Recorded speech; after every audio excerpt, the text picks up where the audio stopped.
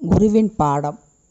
யார் எப்படி நடந்து கொண்டாலும் கோபமே படாதவர் அந்த துறவி. அவரை அவமானப்படுத்தினாலும் கூட கண்டுகொள்ள மாட்டார். பலர் எப்படியோ முயற்சி செய்தும் அவரை கோபப்படுத்தவே முடியவில்லை. எப்படி இவரால் இருக்க முடிகிறது என்று அந்த இரகசியத்தை அறிந்து கொள்வதில் அவரின் ஒரு சிஷ்யருக்கு ஆர்வம். தன் கேள்வியை துறவியிடமே கேட்டுவிட்டார். துறவி அவரிடம் பொறுமையாக தான் யாரிடமும் கோபமே படாத இரகசியத்தை விளக்கினார். ஒரு ஏரியில் காலியான படகில் அமர்ந்து தியானம் செய்வது என் நெடுநாள் வழக்கம். அப்படி ஒரு முறை தியானத்தில் இருந்தபோது நான் அமர்ந்திருந்த படகை வந்து முட்டியது ஒரு படகு.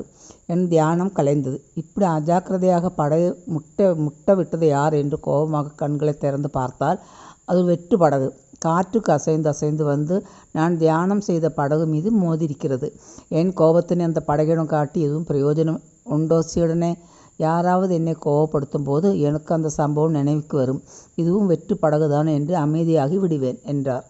கோபத்தின் பாதிப்பை நாம் 3 வகைகளாக பிரிக்கலாம். கோபம் அறிவை பாதிக்கக்கூடியது, கோபம் உடலை பாதிக்கக்கூடியது, கோபம் நடத்தையை பாதிக்கக்கூடியது. புரிந்ததா?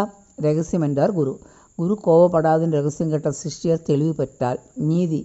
உண்மையான பலசாலி யார் என்றால் தன் மன வலிமையை அடக்குபவன் தான் பலசாலி, அல்லாமல் மக்களை அடக்குபவன் பலசாலி அல்ல.